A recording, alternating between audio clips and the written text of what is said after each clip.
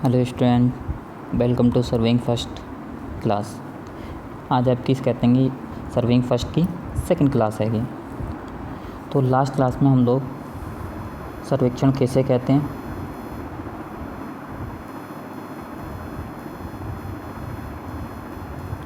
उद्देश्य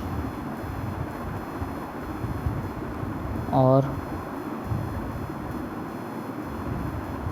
वर्गीकरण, ये 3 टॉपिक हम कंप्लीट कर चुके थे लास्ट क्लास में। आज जो आपका टॉपिक है वो है बेसिक प्रिंसिपल ऑफ सर्वेइंग। तो आपके सर्वेक्षण के 2 बेसिक प्रिंसिपल हैं। पहला है work from whole to part, और जो दूसरा है वो है आपका किसी नए बिंदु की स्थिति कम से कम 2 संदर्भ बिंदुओं से निर्धारित करना।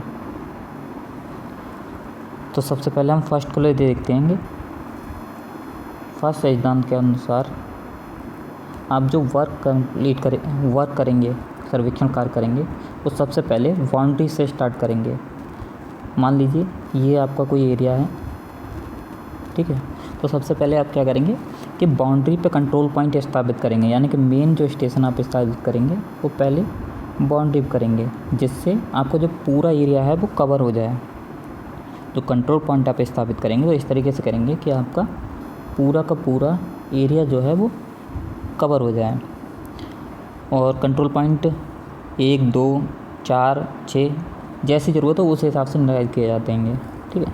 निर्धारित करने के बाद आप उनके बीच की जो डिस्टेंस वगैरह है वो कैलकुलेट कर लेंगे।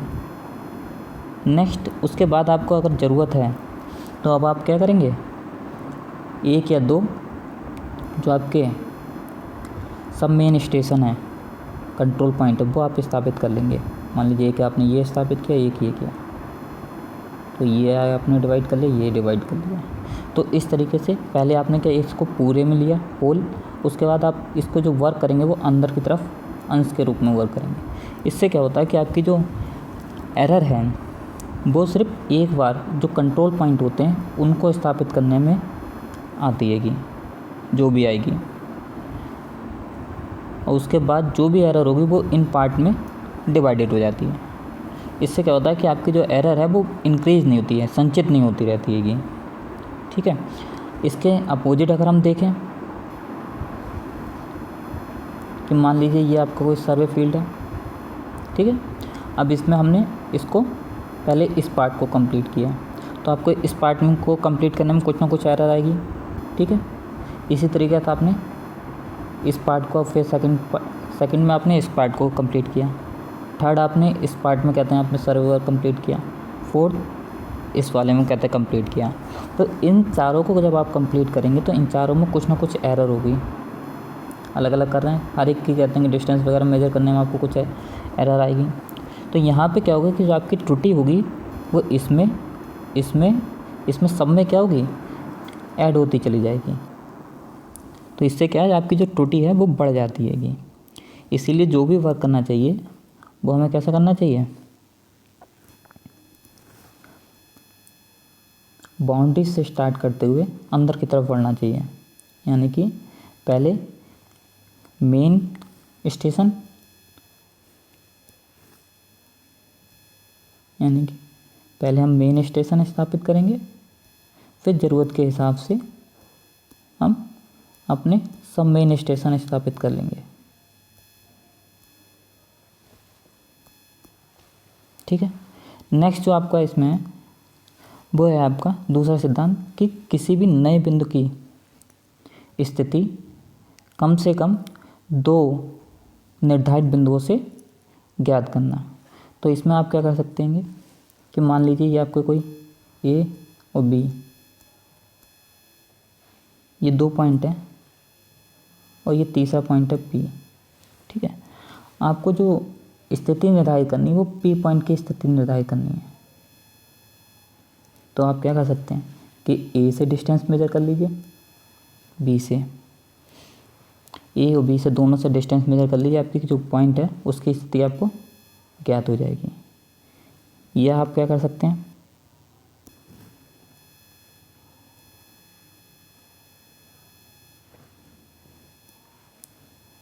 ये ए है, ये बी है,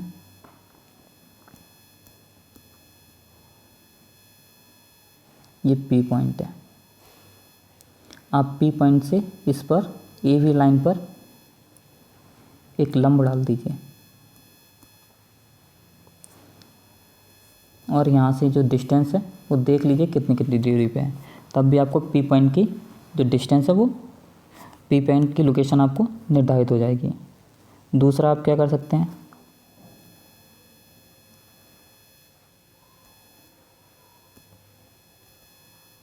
ये ए हो गया, ये बी हो गया, ये आपका पी पॉइंट हो गया। आप दोनों से एंगल मेजर कर लीजिए, ठीक है। तब भी आपको पी पॉइंट की लोकेशन आपको फाइंड आउट हो जाएगी। और क्या कर सकते हैं आप इसको,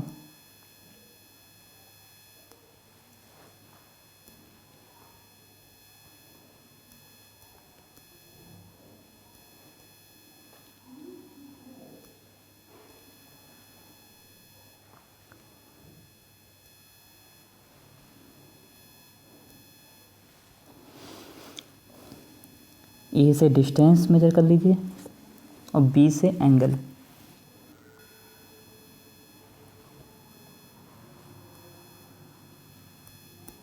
तब भी आपकी जो पी पॉइंट की लोकेशन है आप निर्धारित कर सकते हैं।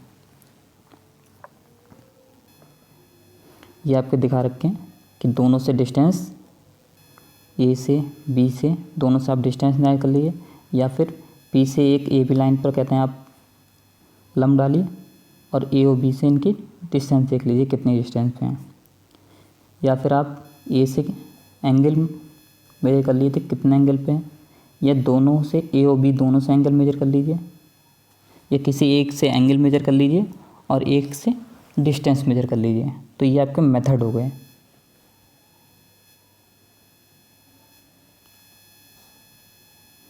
नेक्स्ट जो इसमें आपका टॉपिक है वो है एरर इन सर्वेइंग।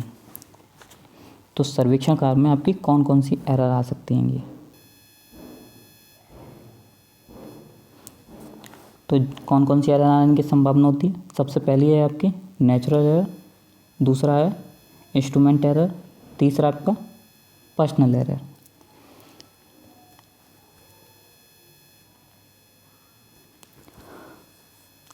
सबसे पहले आपकी नेचुरल एरर। नेचुरल एरर में क्या है आपकी, मान लीजिए आपका जो आपका सर्वे फील्ड है वहाँ पर आपका मौसम ख़राब हो जाए, आंधी तूफान, वर्षा, तेज़ धूप या कर्वेचर या रिफ्रैक्शन के कारण जो आपकी कहते हैं त्रुटि आती हैं, वो त्रुटि आपकी किस में आती हैं, नेचुरल एरर के अंतर्गत आती हैं।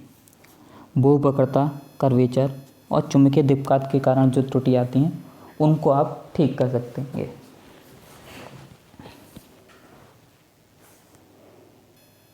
नेक्स्ट जो है वो आपका इंस्ट्रूमेंट एरर। इंस्ट्रूमेंट क्या आएगा कि जो इंस्ट्रूमेंट की वजह से आपकी एरर आ रही हैं वो आपकी कैसे कहलाती हैं, इंस्ट्रूमेंट एरर के। अब क्या है कि मान लीजिए आप जो सर्वे इंस्ट्रूमेंट यूज़ कर रहे हैं वो क्या आएगा, दोषपूर्ण है या गलत है या उसका एडजस्टमेंट ठीक नहीं किया गया। तो उसके कारण जो भी आप उस उपकरण से माप लेंगे वो माप कैसी होंगी, आपकी रॉन्ग होंगी, अशुद्ध होंगी। तो उस कारण उसमें क्या है, जो अभी आप सर्वे वर्क करेंगे उसमें क्या होगी, कमी आएगी। नेक्स्ट जो है आपकी पर्सनल एरर। पर्सनल एरर में क्या है कि आपकी जो गलती की वजह से हो रहा है वो आपकी पर्सनल एरर। मान लीजिए आपका स्वास्थ्य सही नहीं है, या आपकी दृष्टि कमज़ोर है, या आप कुछ ज़्यादा जल्दबाजी में काम कर रहे हैं, या आपको उसका सर्वेक्षण कार्य करने का ज्ञान नहीं है। तो उसकी वजह से जो भी गलती होंगी वो गलती क्या होंगी, आपकी पर्सनल एरर के अंतर्गत आएंगी। एग्जाम्पल के लिए देख लीजिए,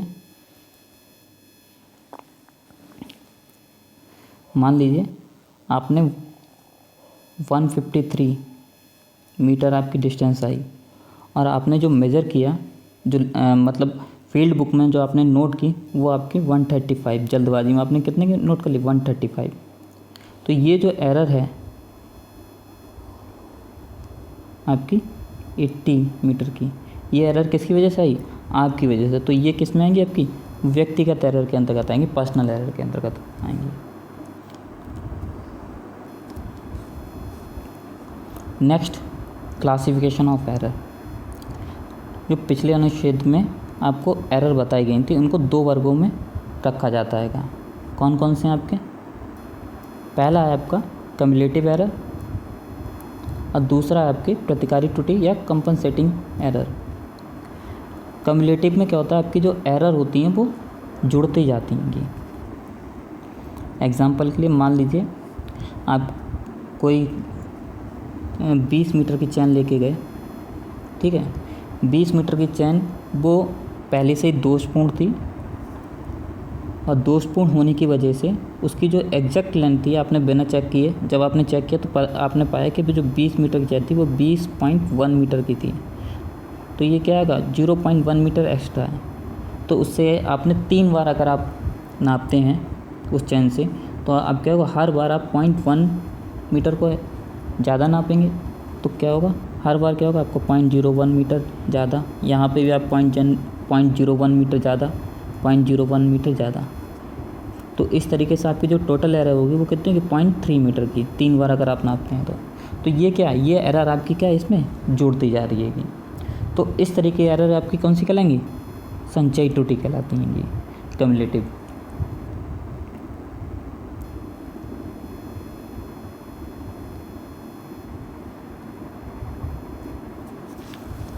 अब ये आपकी या तो पॉजिटिव हो सकती हैं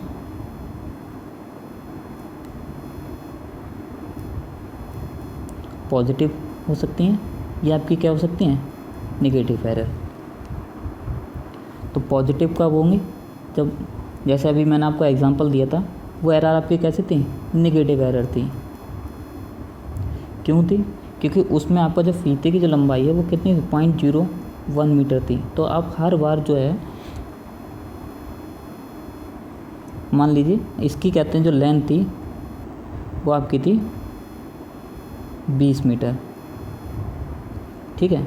अब आपने 20 मीटर का ही फीता लिया और उसको डाल रहे हैं तो उसकी जो एग्जैक्ट लेंथ थी वो कितनी थी? 20.1 मीटर के थे आपके। तो जब आप डालेंगे तो यहाँ पर आप जो है वो 20 मीटर ना निकाल के उसके कितने लेके आएंगे? 19.9 मीटर निकाल के लाएंगे। यानी कि आपने जो लेंथ है वो आपकी कम आ रही होगी। तो ये क्या सी आपकी निगेटिव एरर के अंतर्गत आएगी, ठीक है। यहीं अगर आपका जो फीता था, ये जो चैन थी वो 9 मीटर का होता, जो आपकी एरर होती वो कौन सी होती? पॉजिटिव एरर होती, ठीक है। नेक्स्ट जो इसमें है आपका वो है कंपनसेटिंग एरर।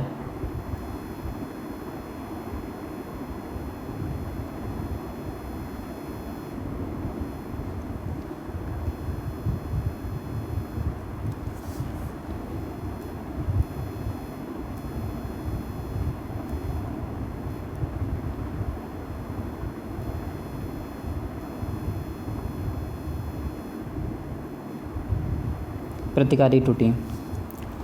इसमें क्या होता है कि आपकी जो त्रुटि है वो एक डायरेक्शन में तो बढ़ रही होती है तो दूसरे डायरेक्शन में आपकी घट रही होती है, जिसकी वजह से जो आपका टोटल जो आपको कहते हैं परिणाम मिलता है वो क्या होता है कि आपका निगलेक्ट हो जाता है।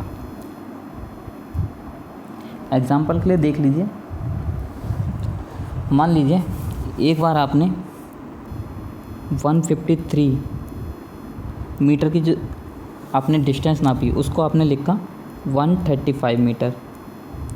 नेक्स्ट अगली बार जब आप कहते हैं रीडिंग नोट करने गए तब आपकी जो रीडिंग आई वो थी आपकी 137 मीटर और आपने जो नोट किया उसको 153 मीटर नोट किया। तो जो टोटल एरर हुई यहाँ पे अगर हम देखेंगे तो यहाँ पे जो एरर आएगी वो कितनी आएगी आपकी?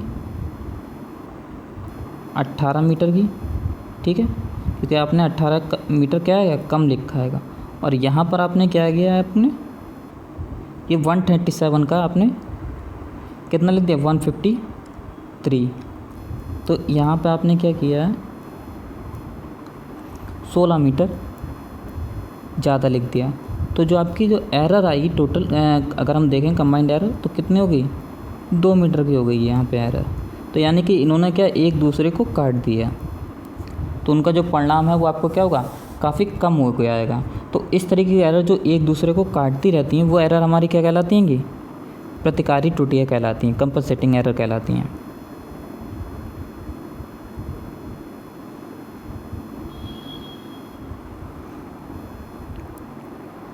नेक्स्ट जो आपका टॉपिक है इसमें वो है सर्वेक्षण के कार्य चरण। तो आपके इसमें 4 चरण होते हैं। पहला है आपका प्लानिंग। प्लानिंग में क्या है, आप कोई भी वर्क करते हैं तो सबसे पहले हम प्लानिंग ही करते हैं। प्लानिंग में क्या है, आपको मैन पावर कि कितनी मैन पावर की आपको ज़रूरत होगी, कौन कौन से इंस्ट्रूमेंट की ज़रूरत होगी और कौन से मेथड से आपको सर्वे वर्क करना है, ये सारी चीज़ें आपकी किसके अंतर्गत आएंगी, आपकी प्लानिंग के अंतर्गत आएंगी। कि कितने आपको आदमियों को हायर करना है, कौन से इंस्ट्रूमेंट ख़रीदने हैं, कौन से इंस्ट्रूमेंट आपके पास पहले से मौजूद हैं, कौन सा मेथड आप यूज़ करेंगे। ठीक है, तो ये सारी चीज़ें आपके इसके अंतर्गत आएंगी, आपकी प्लानिंग के अंतर्गत आएंगी। दूसरा आपका जो है इसमें स्टेप वो है उपकरणों की देखभाल और उनका समायोजन यानी एडजस्टमेंट करना। तो जो आपके इंस्ट्रूमेंट हैं, जब आप फील्ड में जाते हैं उससे पहले आपको क्या होता है, सभी इंस्ट्रूमेंट को फील्ड में ले जाना होता है। तो आपको क्या, ये नहीं कि आपने इंस्ट्रूमेंट लिए उनको एकदम फेंक दिया ऐसा नहीं, आप उससे वाकई केयरफुली लेके जाइए। क्यों, क्योंकि आपके जो इंस्ट्रूमेंट होते हैं सर्वे के इंस्ट्रूमेंट वो काफ़ी नाजुक होते हैं और काफ़ी महंगे भी होते हैं। अगर आप उनका कहते हैं ध्यान नहीं रखेंगे तो वो बहुत जल्दी टूट जाते हैं। तो इसीलिए उनकी क्या देखभाल आपको करनी होगी।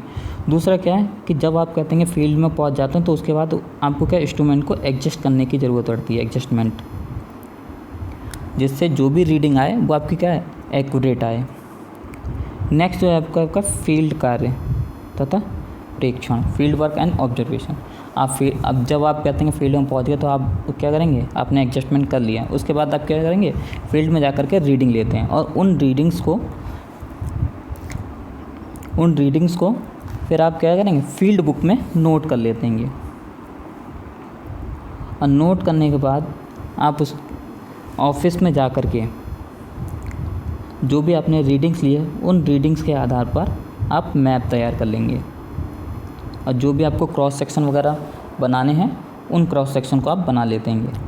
तो ये आपके कहते हैं 4 चरण होते हैं। कौन कौन से, planning, adjustment, field work and office work. ये 4 स्टेप होते हैं आपके सर्वेक्षण कार्य के।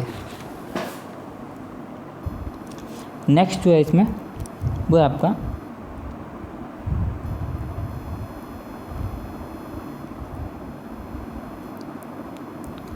सर्वेक्षण उपकरण व यंत्रों के हैंडलिंग में कौन कौन से आपको प्रिकॉशन रखने होंगे। तो सबसे पहले हम बात कर लेते हैं कि आप जब भी कोई भी इंस्ट्रूमेंट को बॉक्स से निकालें तो ऐसा नहीं कि उसके ऊपर एक हाथ से पकड़ के एकदम झटके के साथ उठा रहे हैं। अगर आप झटके के साथ उठा रहेंगे तो वो क्या टूट सकते हैं। मान लीजिए आपको कहते हैं डंपी लेवल है या आप थियोडोलाइट को उठा रहे हैं, तो कभी भी कहते हैं उसकी जो दूरबीन होती है आप उसको पकड़ के ना उठाएं। अगर आप ऐसा करेंगे तो उसकी जो दूरबीन है वो टूट सकती है। तो इसीलिए आपको उठाते टाइम बहुत ही केयरफुली उसको बॉक्स से निकालना चाहिए। ठीक है। दूसरी चीज़ क्या है कि जब भी आप बॉक्स से निकालें दूरबीन को या थियोडोलाइट वगैरह को, जिस किसी को भी आप कहते हैं बॉक्स से निकाल रहेंगे, ठीक है, उसकी मूल स्थिति को नोट कर लें, जिससे जब आप बाद में रखें उसको तो आपको किसी भी तरह की कोई दिक्कत ना हो। पता लगे आपको कहते हैं उसकी स्थिति के बारे में जानकारी नहीं है और आप ऐसे उल्टा सीधा रख देते हैं, तो उस केस में भी आपके जब आप बॉक्स को बंद करेंगे तो आपकी जो दूरबीन का कोई ना कोई उपकरण क्षतिग्रस्त हो सकता है। तो इसीलिए जब भी आप कहते हैं बॉक्स से किसी भी चीज़ को निकालें या रखें, उसकी मूल स्थिति को पहले से ही ध्यानपूर्वक नोट कर लें। नेक्स्ट जो है आपका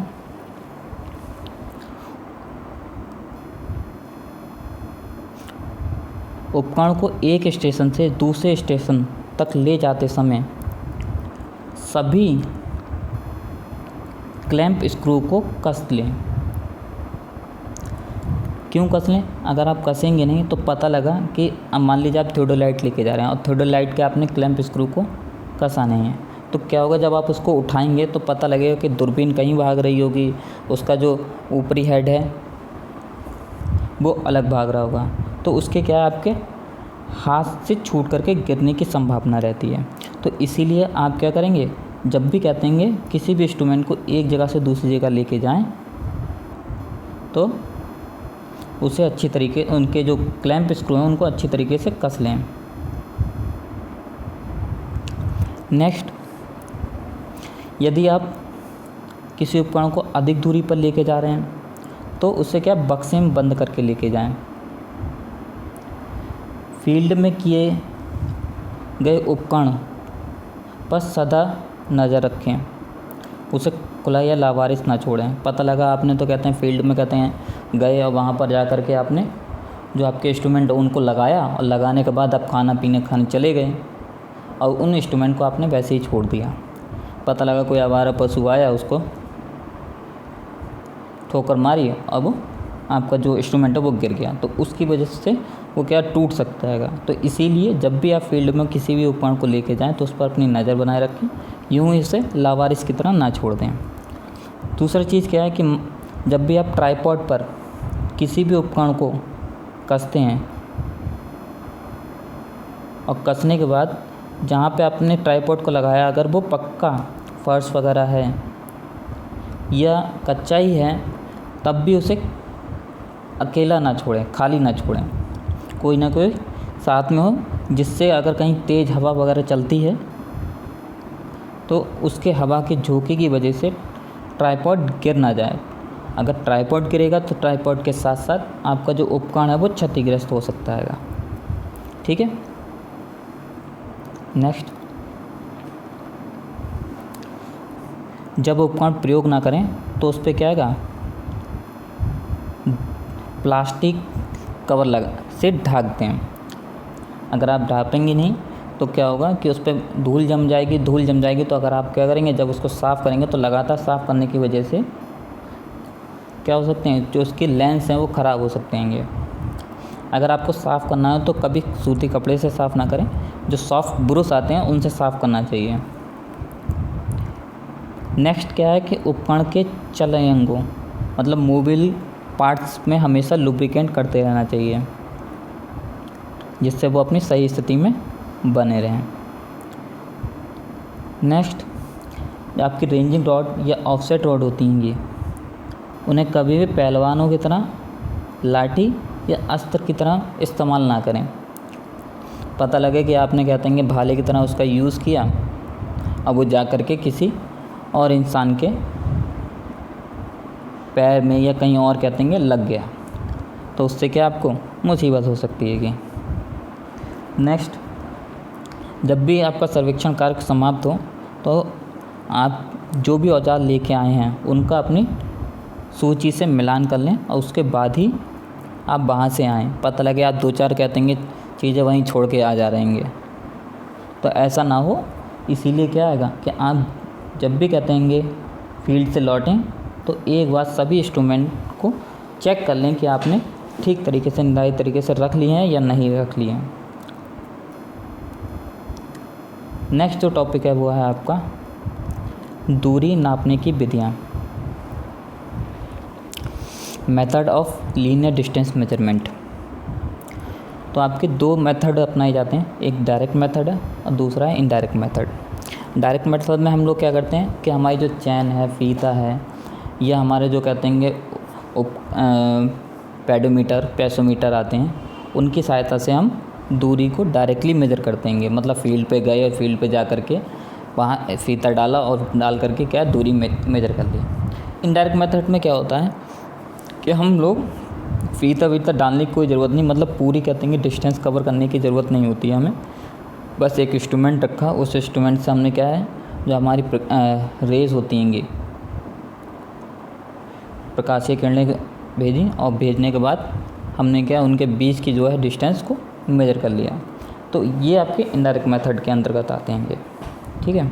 तो सबसे पहले हमारा क्या आएगा, डायरेक्ट मेथड। डायरेक्ट मेथड में सबसे पहले क्या है आपका, कदमों को गिनकर, ठीक है। इसमें क्या आएगा कि हम लोग जो पैदल पैदल चलते हैं और चलते चलते जो हमारे कदम है, कदमों की संख्या को हम कहते हैं गिनते जाते हैं, और गिनने के बाद एवरेज कदम की संख्या से मल्टीप्लाई करके टोटल डिस्टेंस को कैलकुलेट कर लिया जाता है। जनरली एक सामान्य मनुष्य के कदम की जो औसत दूरी है वो आपकी 80 से 75 सेंटीमीटर ली जाती है, ठीक है। नेक्स्ट जो है कदम मापी द्वारा, मतलब अभी तो आप खुद गिन रहे थे कदमों को, अब क्या है इसमें कि जो आपको पेसोमीटर है उस पेसोमीटर को आप पैर में बांधिए, और पैर में बांधने के बाद अब क्या है, जहाँ तक आपको कहते हैं दूरी नापनी है वहाँ तक आप पैदल पैदल चलते हुए जाइए। चलने के बाद जो आपका पेसोमीटर है वो कदमों की संख्या आपको बता देगा कि 110 कदम हो गए या 120 कदम हो गए या 130 हो गए, और उन कदमों को आप जो आपकी एवरेज जो कदम की जो एवरेज दूरी है उससे मल्टीप्लाई करके आप टोटल डिस्टेंस को कैलकुलेट कर सकते हैं। नेक्स्ट है आपका परिभ्रमक द्वारा। परिभ्रमक में क्या होता है, एक आपका हैंडल होता है और इसके साथ में आपका क्या एक पहिया लगा होता है, और इस पहिए के साथ में एक आपका डायल लगा होता है, ठीक है। आपको सर्वेक्षक को क्या करने की ज़रूरत है कि आपको क्या है इस हैंडल को पकड़िए और इस पहिए के को क्या है आपको जितनी दूरी तक आपको डिस्टेंस को जितनी भी आपको डिस्टेंस मेज़र करनी है उस डिस्टेंस पे आपको इसको डायरेक्टली चलाते ले जाइए। मान लीजिए इस लाइन की अगर आपको दूरी मेज़र करनी है तो आपको यहाँ से स्टार्टिंग कीजिए और इसको यहाँ से चलाते हुए यहाँ तक लेके आइए। जब आप इसको लेके जाएंगे तो इस जो डायल गेज है उस डायल गेज पर आपकी क्या ये डिस्टेंस को शो कर देता है।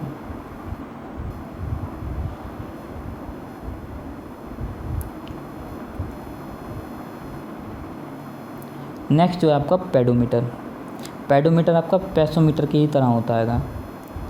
इसमें क्या होता है, ये आपकी कहते हैं कदमों की संख्या को ना बता करके डायरेक्टली क्या करता है आपकी जो दूरी है वो मीटर में दर्शाता है डायरेक्टली। ये भी क्या आपकी वही सेम जैसे पेसोमीटर को हम लोग पैरों में बांधते थे और वो आपकी क्या कदमों की संख्या को गिन के बताता है। यहाँ आपको क्या आएगा, ये कदमों में ना दर्शा करके आपकी जो डिस्टेंस है वो डायरेक्टली क्या मीटर में शो करेगा।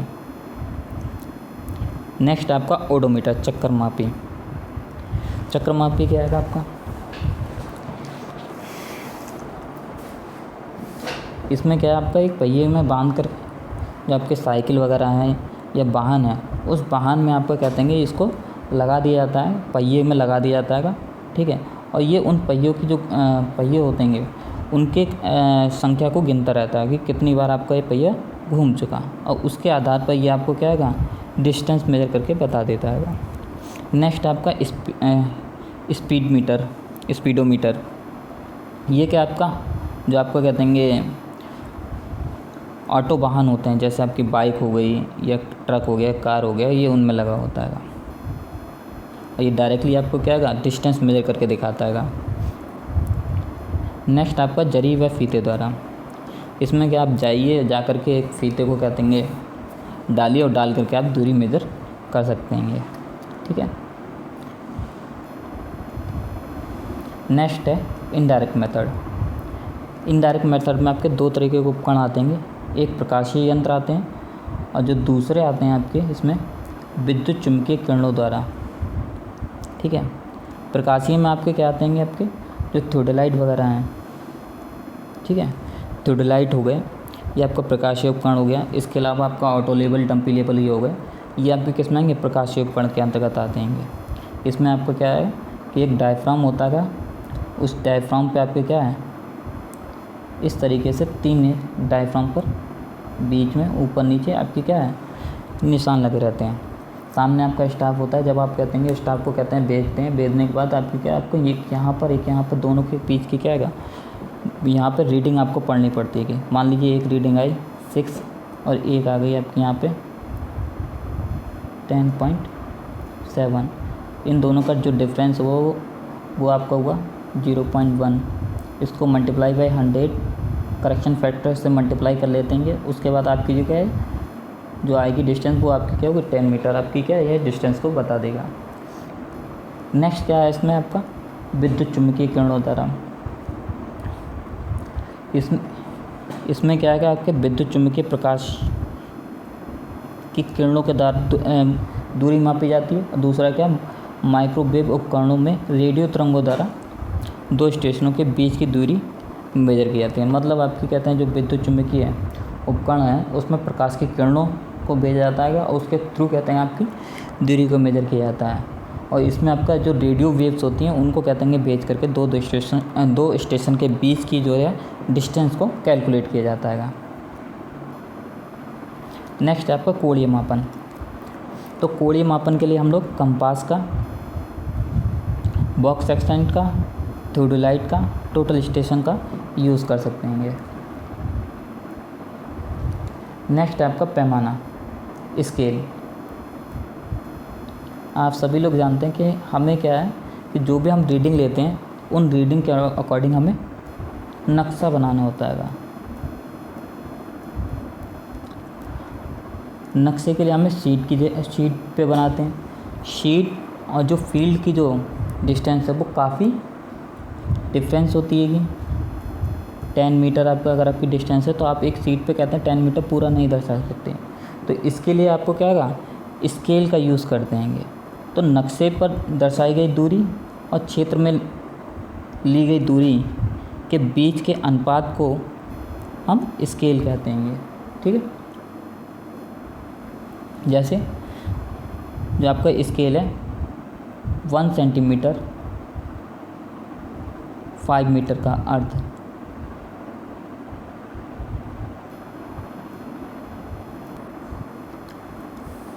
एग्जाम्पल देख लीजिए कि 1 सेंटीमीटर इजकल टू 5 मीटर। इसका अर्थ है कि नक्शे पर आपकी जो रेखा है वो 1 सेंटीमीटर की है, लेकिन एक्चुअल में जो फील्ड पे उसकी जो लंबाई है वो आपकी कितने की 5 मीटर। ठीक है, इसे इंजीनियरिंग पैमाने भी बोलते हैं। अब टाइप्स ऑफ स्केल देख लेते कौन कौन से हैं। तो आपके दो टाइप्स के होते हैं, एक तो है आपका ग्राफिकल और दूसरा होता है आपका वर्नियर। ग्राफिक में आपके दो टाइप्स होते हैं, एक होता है आपका प्लेन स्केल और दूसरा आता है आपका डायगोनल स्केल। प्लेन स्केल में आपकी दो डिस्टेंस मेजर की जाती हैं, चाहे आप सेंटीमीटर मीटर मेजर कर लीजिए या डेसीमीटर सेंटीमीटर मेजर कर लीजिए। और जो डायगोनल है उसमें आपके 3 सेंटी, डेसी और मीटर, 3 दूरियों को हम शो कर सकते हैं। ठीक है, धन्यवाद।